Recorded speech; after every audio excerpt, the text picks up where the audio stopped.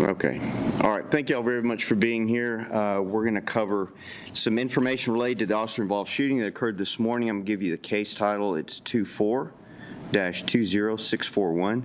Please understand that this is an ongoing investigation. We're still delving into specifics, and therefore there's a lot of information. I obviously cannot provide anything that might jeopardize the investigation.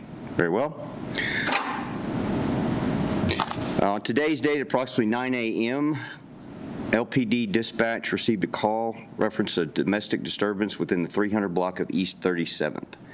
What was reported to dispatch was that a 39-year-old male was possibly on drugs, in possession of a firearm, and was damaging property at the house. Our first officer arrived on scene at approximately 9:07 a.m. At approximately 9:09 a.m., shots were fired. The individual who is engaged with the firearm provided by the officer was 39-year-old Eliseo Montalvo Padilla III. Mr. Padilla was transported to University Medical Center via ambulance with serious injuries. At last check, he was out of surgery but remains in life-threatening condition. The officer who was involved in the shooting has been employed with our department since January of 2015. The officer, as per routine protocols and policy, was placed on administrative leave and will remain on such until further notice.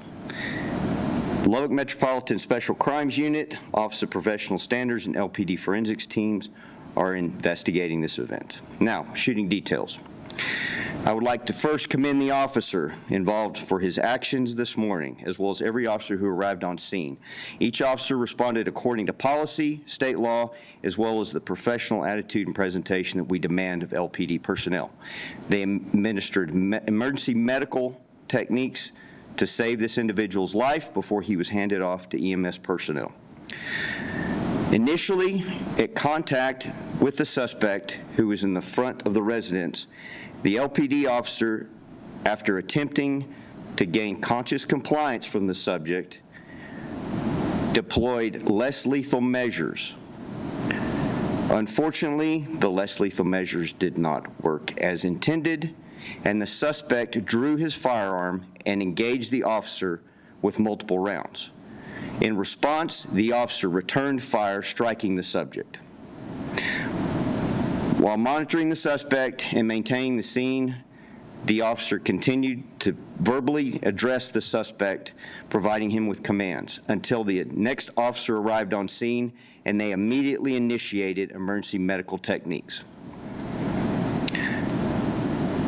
Padilla has since been arrested and convicted multiple times for violent offenses, including assault on a public servant and offenses involving firearms. The subject also has an aggravated assault with a deadly weapon charge. I'm talking about multiple charges against this subject. Are there any questions thus far? No. No questions? Very well, thank you.